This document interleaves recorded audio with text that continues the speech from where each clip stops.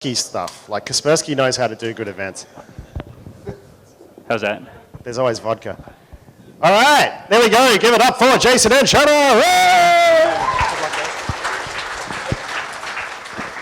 All right, thanks, guys. Yeah, so this is going to be a pretty relaxed talk since it's 3 in the afternoon and everyone's probably a bit zoned out after lunch, I guess. We're just basically going to talk a bit about the attack life cycle, and on the way we got some war stories. What's that? Buzzword bingo. Yeah. Is this working? I don't think your mic's on. Get it closer. All right, there we go. Cool. All right. Yeah, we got some war stories to share along the way. It'll be a lot of fun. So we'll start with a bit about us. There you go. We'll let Shanna go first. So, as I said, I've been working as an SE. Before that, I was working with Mandiant in IR. Kind of half a lie now because I'm going back to Mandiant very, very soon, a couple of weeks. I'll be back doing the IR stuff. Couldn't keep away. Go the chase. Yes. You know, like being an SE was kind of all right, sort of. But yeah, so going back to consulting. We knew she'd come back. Yeah. And I like playing Destiny.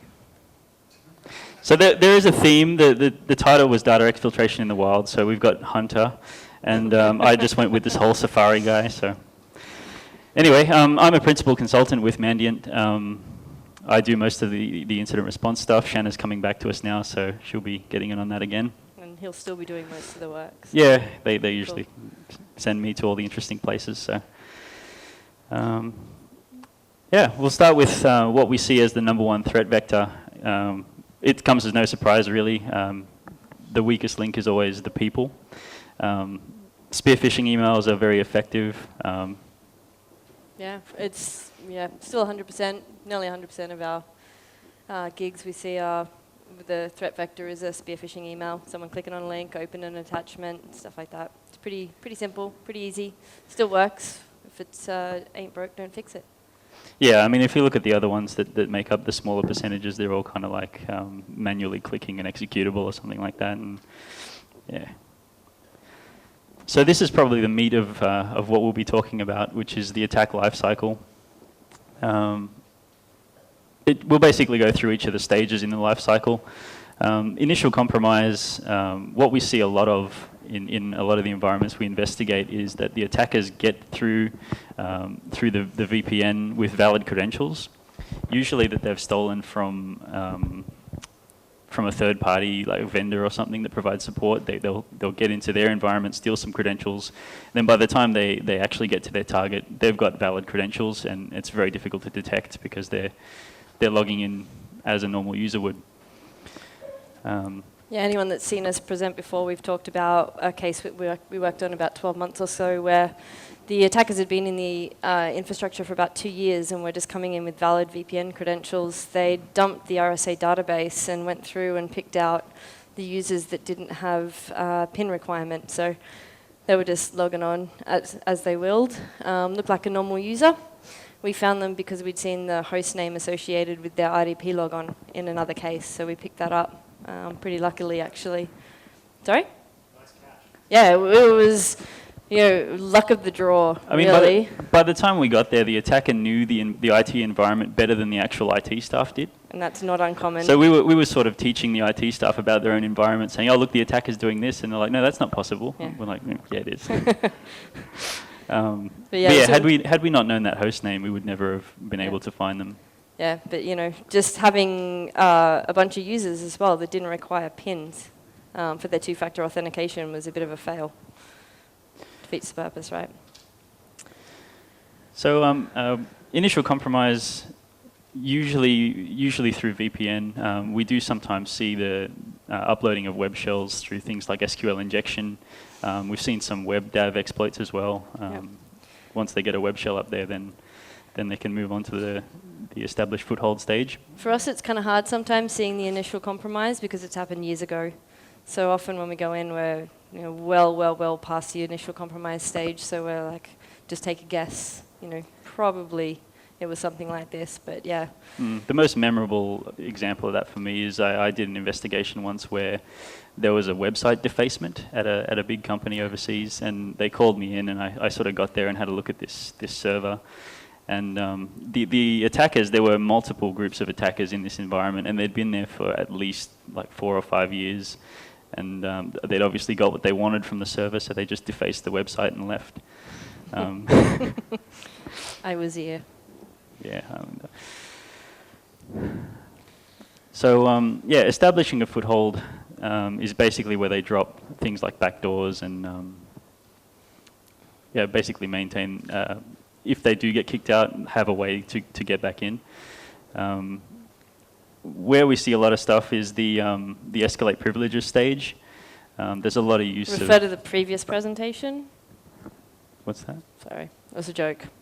Escalate privileges. Oh yeah, of Sorry. course. Really bad. I know it's like 3:15 or something. Hey. So yeah, a lot of the time it's Mimikatz or a variant of Mimikatz. They'll have a slightly modified version so that it avoids AV detection. They'll make their way to a domain controller, dump all the credentials, and then Yeah. move laterally from there. My favorite one was China Chopper with WCE. Yeah, Through we'll China be Chopper. talking a bit about China Chopper a bit later as well. Also one of my favorites. Kerberos Golden Ticket Attack, if anyone's familiar with that, basically once they get onto the domain controller, they can take control of the ticket granting account, and then basically authenticate with any administrative account they want, even if the password's changed. So we do see that still sometimes. Yep. It's less common now, but it still appears. Then you have to reset 3 times, like going home, picking your heel 3 times. Yeah. Sorry, I'm the bad joke girl for this afternoon. So once they do hit the domain controller, we've seen a lot of the times they start port scanning to try and work out what's around the network, do their reconnaissance. Then they move laterally through things like WMI, which I think was spoken about in the last talk as well. Windows management instrumentation, which is beautiful for attackers because a lot of people don't actually understand much about WMI. They just know that it's there, and it leaves very little artifacts for forensic investigation. Previous methods, they would have to use things like BB scripts and all kinds of things that leave things all over the file system that you can then track down. PSExec as well. PSExec is a really good one as well because it's a tool that most sysadmins use on a regular basis. So if we sort of look for PSExec activity, we're going to find heaps of it because it's all over the environment. A favorite for us is, so when we do investigations, we use an agent on a host. So often you get the customer saying, hey, we'll push it out with PSExec. No, please don't do that. Please don't do that. So yeah, we run into a few things like that where admins use PSExec as well. So it becomes very difficult to determine what's attacker activity and what's actual admin activity. And most times the customer doesn't really know either. Oh yeah, that's legitimate. And we encourage investigators to set themselves up a separate domain administrative account for doing investigation because we find a lot of the times we get in there and the admins have then poked around to try and investigate what happened under the same user account. Admin credentials, yeah. So that when we go and investigate, we sort of track down this activity and then realize, oh no, wait, that was a sysadmin under the same account. So it just makes things a lot more difficult for us. Yeah, so once they move laterally, then they're looking to maintain persistence, placing web shells around. Yeah, web shells, backdoors. Yeah, basically ways for them to get in. Obviously, once they get valid credentials, they won't use any of the web shells. They'll just log in under these valid credentials. But if they ever reset the passwords on those accounts, they want a way back in so that they can regain their foothold. And they'll come back in every 3 months or so, make sure they've got the most up-to-date password dumps and stuff like that, and move around using SMB a lot.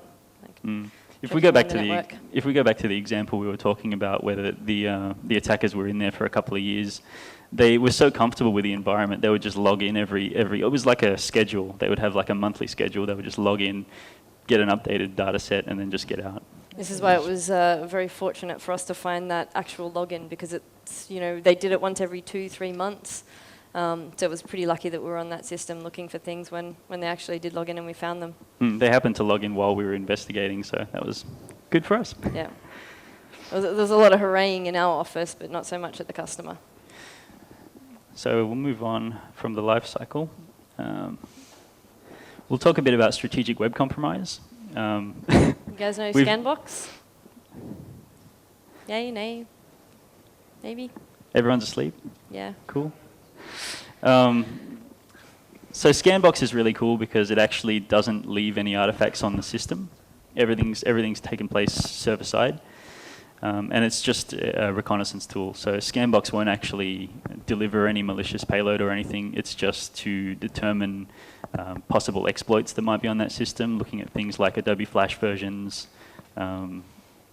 So we've Just- seen, Australian websites, and now I can talk a bit louder, Australian websites compromised with Scanbox, and they tend to choose very strategic sites that they want to compromise. So if, potentially if they're looking to compromise financial services, they'll compromise a website that those employees are more likely to go and visit. Then they'll grab the information. They get stuff like versions of Adobe, versions of AV software. Are they running? What versions of Microsoft they're running and that kind of stuff. Some of the better attackers will then bring their infrastructure down once they've got that information. They kind of don't leave it up there hanging around.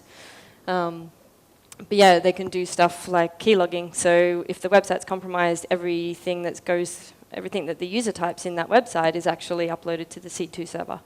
So passwords, usernames, pretty much everything that they enter, anything that's entered into a web form is all uploaded. So, and all this happens without the user having any idea and without there actually being any evidence left on the system itself. So it's kind of a, you go looking for it and it's pretty difficult. So you've got to have some kind of network logging or proxy logging or network packet capture to actually find out who went there and what kind of information they got, potentially, passwords and stuff. Yeah, proxy logs are probably the most valuable resource for identifying this kind of activity. We'll just have an example of some log entries that we actually found and sanitized from an investigation. I don't know if that's legible from that distance. Yeah, just looking, base 64 encoded, not very sophisticated, but sophisticated enough that it still gets through. So, looking at passwords. This one in particular, the k.php is actually the keylogger. So the information sent back to the C2 from here is stuff that was entered into a web form on the compromised site. The next point that we're seeing a lot of is the use of WMI. As I said earlier, it leaves very few artifacts on the system itself. We have since written a tool that parses out the objects.data database of WMI. We can get some commands out of that and things like that. But yeah, ultimately when we come across this, the best things that we do is look through memory strings to find commands that are being executed. Because we commonly see this used, well actually it can be used for any stage of the attack lifecycle really. But we commonly see it for persistence and for lateral movement because it allows remote execution and leaves very little footprint. So basically for persistence, the attackers will use PowerShell to create this event and trigger paradigm to basically execute their own code. So WMI will regularly. What's that? Sorry. So probably can't see that one either. Bit small. Yeah, we didn't think this through. WMI basically regularly polls the system. It has this event trigger paradigm. They can put their own code in there and it'll be executed on a schedule at a certain when the event is triggered. They can it's base 64. I think it's base 64 encoding. They can just put their own arbitrary code in there and it'll execute. But yeah, we typically see a lot of this used for lateral movement. And we see it a lot. Pretty much nearly every case we work on, we'll see evidence of this in some form or another.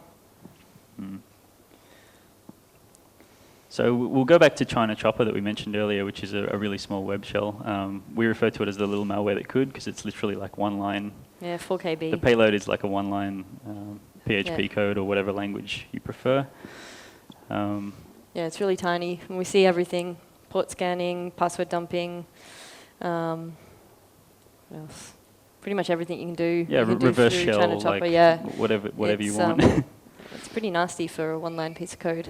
Yeah, so it's in two pieces. You've got the binary component, which is your client, and there's a payload that sits on the web server, which is basically one line of text, which means that an attacker really, all they need to do is like type it in by hand. They don't need any scripts or anything to drop the malware. It'll just sit there and basically take a post parameter and just execute it. So they can, this is what the client looks like. I don't know if, that's really Yeah, it's not pretty very hard to good at see. all. But did I put it? Yeah, I'll just skip that one because you can't really read it. Basically, the payload looks like that example there. I don't know if you can read that from where you're sitting, but it's basically just eval request item, and they often have a password component as well, so that only they can use the web shell, I guess. And maybe base64 encoding as well, but again, it's not really that tricky to decode that. But it's in a variety of languages. It's basically just an eval command. But the capabilities are really strong. There's a file management component which basically gives them the ability to browse the web server. Yeah, and they've got two different versions, one for Windows, one for Linux. So in the Linux one, that's for MySQL, the Windows one's for MS SQL as well. So they've got database administration tools. The file management tool, the component of the client also allows them to change timestamps, so that if they're dropping files, they can then timestamp those files and make it harder for an analyst to find them. Yeah, and obviously the main topic of our talk was data exfiltration, and yeah, China Chopper is pretty easy. When you look at the GUI, all you have to do is right-click and you save the file. It's kind of a bit of a no-brainer. We see it all the time. Not only do we see the web shell used all the time, but we see this scanning activity where they'll just smash a web server looking for examples of China Chopper, and usually they're 404, but they're just... Yeah, if they had a web shell on there at some stage, they'll be back looking for it pretty frequently and testing other servers. So if you shut it down, you can still see them coming back and then trying different parameters, maybe in this page. They're pretty persistent in trying to get back in. But yeah, database management and virtual terminal, which is also really powerful. It's basically a reverse shell in the box. Depending on what user account the web shell's running under, then they can potentially do a lot of damage with that. Yeah, that's basically all we had. Was there any questions? Yeah, so short and sweet.